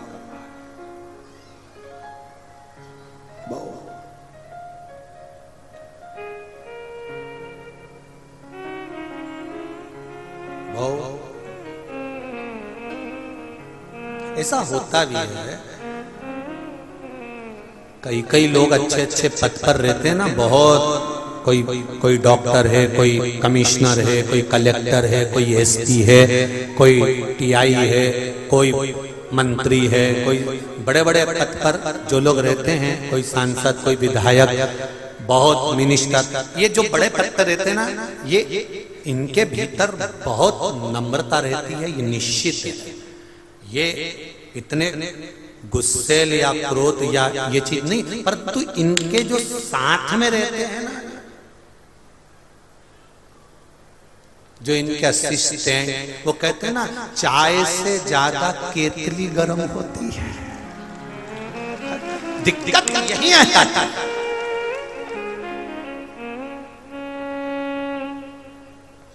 वो बेचारा एसपी साहब को कह रहे हैं कोई बात नहीं, निकलने दो, नहीं सीटी बजाई। अब वो बेचारा कह रहा है, एसपी साहब कह रहे, कलेक्टर साहब कह रहे, टीआई साहब कह रहे हैं, क्या कर रहा है, परंतु नहीं, तू तो रोक। वो कह रहा है, अब बेचारे मिनिस्टर, मंत्री, सांसद, विधायक, कलेक्टर, जो बड़े बड़े ओहदे पर रहते हैं, वो भी हृदय रखते हैं, दिल रखते हैं, नम्रता रखते हैं। ऐसा कोई मंत्री नहीं, ऐसा कोई सांसद या विधायक या कोई कलेक्टर या एसपी या डीएसपी या साधारण टीआई, ऐसा कोई नहीं जिसका दिल नहीं, वो भी नम्रता रखते हैं। पर वो तो कह भी देते चलेगा, चलने दो थोड़ा बहुत, कोई बात नहीं। पर दिक्कत तो वो चाय से दिक्कत नहीं है, जितना केतली उसका कई बेचारे महाराजों भी ऐसे रहते हैं, जो संत होते हैं, गुरु होते हैं, कथाकार होते हैं, बड़े बड़े मठाधीश पीठाधीश, बेचारे अच्छे रहते हैं, पर इनकी भी केतली गड़बड़ हो जाती है। साथ सुन ले दीना ना केतली कभी कभी कभी हो जाए। मारो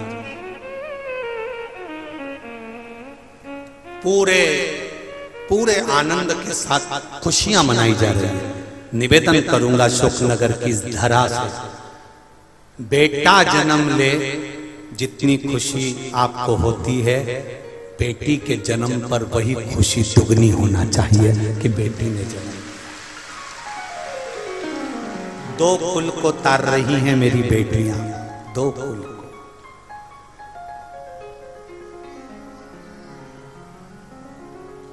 बहुत इनको जब मेहनत करते हुए देखते हैं, घर परिवार ऑफिस सब जगह पर जब मेहनत, एक साधारण सी बात है, पति ऑफिस से आता है और पत्नी ऑफिस से आती है।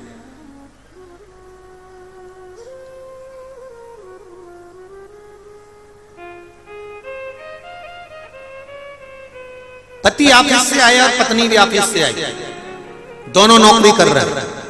पति ऑफिस से आया, बैग रखा, सोफे पे पड़ा, बैठा, आवाज लगाई, पानी लाओ, बैठा है, रिमोट उठाया, टीवी चालू कर लिया, देखता रहा, टेबल पे खाना चाहिए, टेबल पर सामान चाहिए, बैठा है, आराम से जूते खोल रहा है, चप्पल पहन रहा है, कपड़े बदल रहा है, सब आते से ही ऑफिस से आया और इसको खाने का सामान चाहिए, ये चाहिए, वो चाहिए। जितना तू थक कर ऑफिस से आया है उतना ही थक कर वो भी तो ऑफिस से आई है, उसका भी तो स्मरण कर। नहीं, हाथ में चाहिए। चाय बना रही हो क्या? चाय लिया हो, पानी रख दो, मैं आ रहा हूं, मेरे कपड़े रख दो। जरा सोचो, जितनी मेहनत तुम कर रहे हो उतनी मेहनत वो कर रही है। तुम अगर दुकान पर जाकर थक जाते हो तो वो घर में काम कर कर थक जाती है। तुम अगर ऑफिस में थक रहे हो तो वो भी ऑफिस में थक रही है। इसके बाद भी नारी के चेहरे पर सल नहीं आता। आते से अपने बच्चों को गोदी में लेती है, आते से बच्चों ने कुछ खाया कि नहीं खाया, शाम का खाना बनाना है, तैयारी में लग जाती है। वो मेरे भारत की नारी है, साधारण नहीं हो सकती। वो भारत की बेटियां हैं। ऑफिस से आती है, उसके बाद खाना बनाकर अपने बच्चों को खिलाती है, पति को खिलाती है, रिश्तेदार को खिलाती है। ऑफिस जाएगी तो खाना बनाकर जाएगी, सब काम करके, बर्तन सोर के रखकर, सब काम कर कर फिर जाती है। ये मेरे भारत की बेटियां हैं, विदेश की नहीं। विदेश की बेटी का तो विदेश की एक माता का पति मर गया, कब्र में पति को दफना दिया और वो पत्नी पति की कब्र पे पंखा कर रही थी। भारत का एक संत गया, उसने जाकर देखा कि हमारे यहाँ की माताएं तो पति के साथ सती हो जाती हैं, पर ये तो विदेश की माताएं तो हमारे भारत की माता से भी बड़ी हैं। पति मर गया तो उसकी कब्र पे पंखा कर रही है। संत ने जाकर पूछा, जी तुम्हारा पति मर गया, तुम पंखा क्यों कर रही हो? उसने कहा, हमारे अमेरिका का नियम है, जब तक पति की कब्र सूखती नहीं है तब तक हम दूसरी शादी नहीं कर सकते, इसलिए सुखा।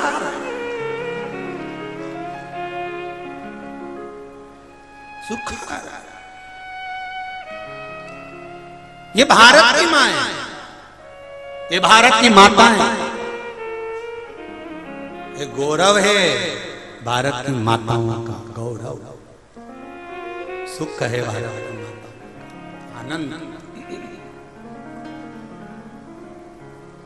महाराज शिव पुराण कह रहे, इसीलिए यहाँ कबऊ चूके ना, कबऊ चूके ना, कबऊ चूके ना कोई तेरा काम रे, भजले गौरापति कबू चूके ना कोई तेरा काम रे, दोनों हाथों से भजले गौरापति को, चूके ना कोई तेरा काम रे, भजले गौरापति को, चूके ना कोई तेरा काम रे, वो भजले गौरापति को, गौरापति को भजले गौरापति को, गौरापति को भजले गौरापति को, गौरापति को भजले गौरापति को, गौरापति को भजले गौरापति को, कभी चूके ना, कबहू चूके ना, कबहू चूके ना कोई तेरा काम रे, भजले गौरापति को, चूके ना कोई तेरा काम रे, वो भजले गौरापति को। अरे भाव से दोनों हाथों से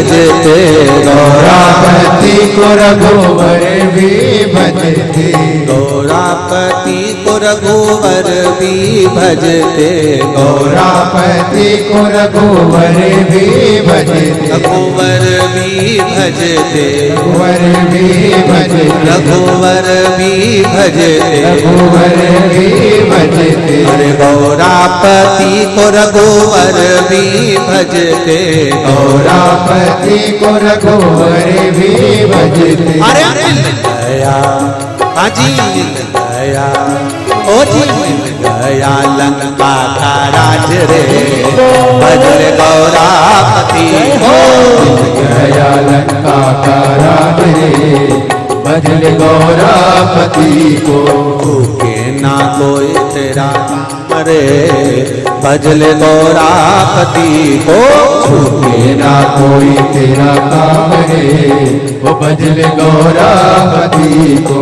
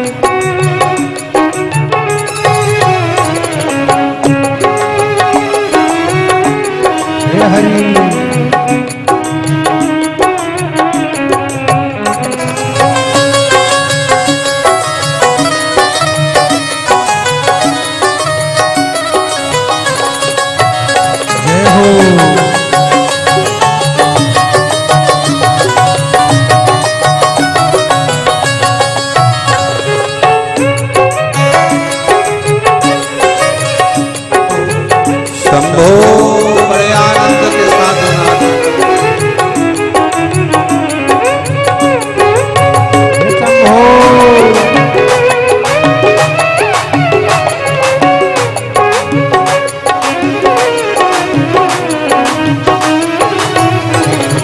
गौरापति को मेरे काना भी भजते गौरापति को मेरे काना भी भजते गौरापति को मेरे काना भी भजते गौरापति को मेरे काना भी भजते अरे मिल गया ओ जी मिल गया हाँ जी मिल गया द्वारिका राज रे भजल गौरापति को गया द्वारिका राज रे भजल गौरापति को चूके ना कोई तेरा काम रे भजल गौरापति को चूके ना कोई तेरा काम रे भजल गौरापति को गौरापति को भजल गौरापति को गौरापति को भजल गौरापति को गौरापति को भजल गौरापति को गौरापति को भजल गौरापति कबहु चूके ना कबहु चूके ना कबहु चूके ना कोई तेरा काम रे भजल गौरापति को चूके ना कोई तेरा काम रे भजल गौरापति को हरि बोल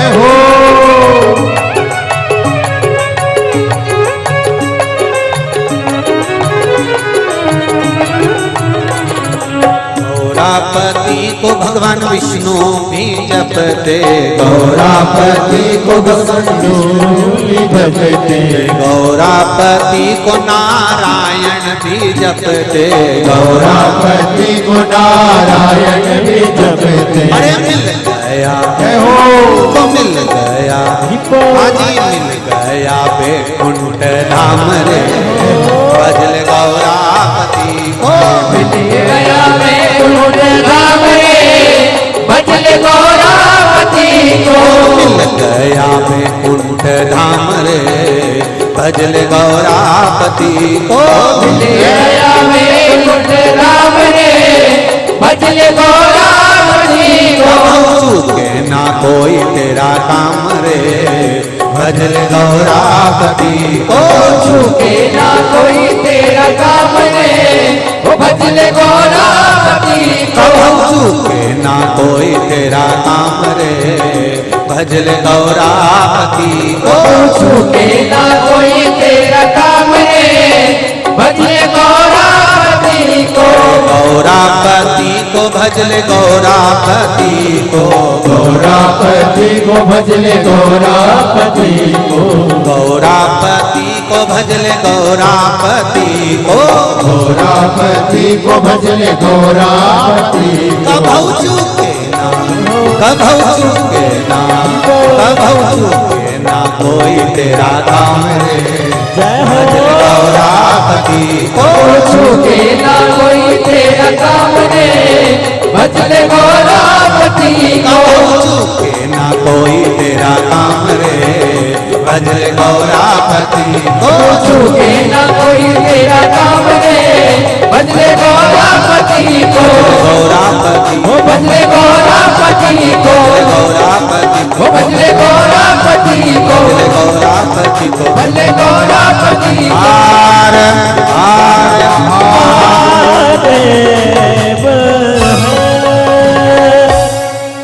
अपने स्थान पर बैठकर भगवान शंकर के मूल मंत्र का स्मरण करेंगे सभी लोग भाव से, दिल से अपने हृदय की बात बाबा देवाधिदेव महादेव से कहेंगे, हृदय से बाबा से विनय करेंगे। श्री शिवाय नमस्तुभ्यं। एक बात अच्छे से सुन ले पहले, इस मंत्र को बोलने के बाद अपने दिल की बात बाबा से जरूर कहा करो। पंडाल में जितने लोग बैठे हैं अपने मन की बात बाबा से जरूर करो। श्री शिवाय नमस्तुभ्यं, श्री शिवाय नमस्तुभ्यं, श्री शिवाय नमस्तुभ्यं, श्री शिवाय नमस्तुभ्यं, श्री शिवाय नमस्तुभ्यं।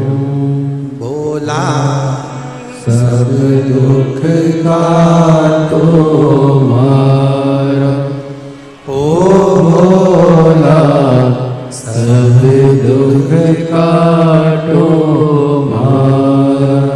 शिव शंकर जपो तेरी माला, भोले बाबा जपो तेरी माला। भोला सब दुख काटो मारा, ओ भोला सब दुख काटो मारा। सुधा के यहाँ पर बहुत पितृलोक में उत्साह मना। शिव महापुराण की कथा कहती है मैना धन्या कला का जन्म हुआ। ये तीनों बेटियां थोड़ी बड़ी हुई और इनके मन में आया कि हमें बैकुंठ दर्शन के लिए जाना। बैकुंठ दर्शन करने का मन में भाव जागृत हो गया और बैकुंठ दर्शन के लिए तीनों चल दिए। जब मैना धन्या कला तीनों बैकुंठ के दर्शन के लिए गईं तो बीच में सनकादि ऋषियों ने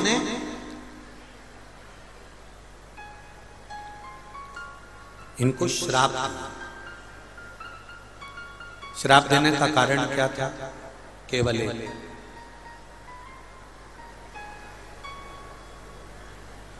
सनकादि ऋषि बैठे हुए थे, तब तक साधना में, आराधना में बैठे थे। मैना, धन्या, कला, तीनों पितरों की बेटियां निकली। इनके लहंगे, जो शरीर पर चुंदड़ी थी, लहंगा था, उसकी जो ओट थी, जामर झुमका था, वो सनकादि ऋषियों को लग गए, तो उन्होंने श्राप दिया कि ये मैना, धन्या, कला, इन तीनों को मैं श्राप देता हूं कि पितृलोक को छोड़कर ये मृत्यु लोक में जाएंगी और मृत्यु लोक में रहेंगी। तीनों की आंखों में जल भर गया। छोटी छोटी थी, अब बचपन में गलती हो जाती है तो संत महात्मा गुरुजन को क्षमा करना चाहिए। पर सनकादि ऋषियों ने क्षमा नहीं कर।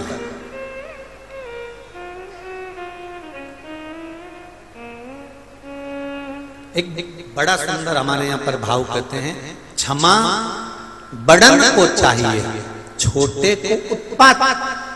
जितने बड़े औहदे पर बैठते चले जाओ, जितनी ऊंची कुर्सी पर बैठते चले जाओ, जितने ऊंचे पद पर बैठते चले जाओ, शिव महापुराण की कथा कहती है उतना क्षमा करना सीख। किसी की गलतियों को ज्यादा नहीं देखना, किसी के लिए अपशब्द ज्यादा नहीं कहना, जितना बन सके क्षमा करते हुए चलो। तीनों ने चरण पकड़ लिए संतों के, गुरुवर हमें क्षमा कर दीजिए, हमसे गलती हुई, हमसे अपशब्द निकल गए, हमारे कपड़ों से आपको चोट लग गई है, क्षमा। सनकादि ऋषियों ने कहा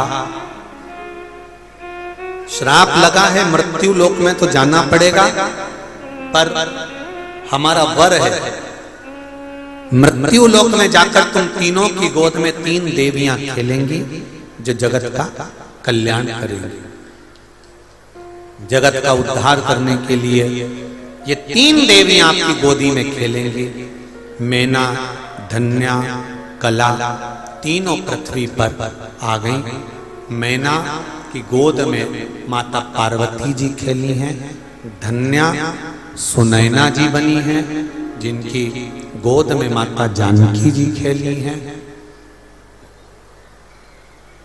कला कीर्ति बनी, जिनकी गोद में राधा जी खेली। ये 3 देवियां 3 गोदी में खेली हैं।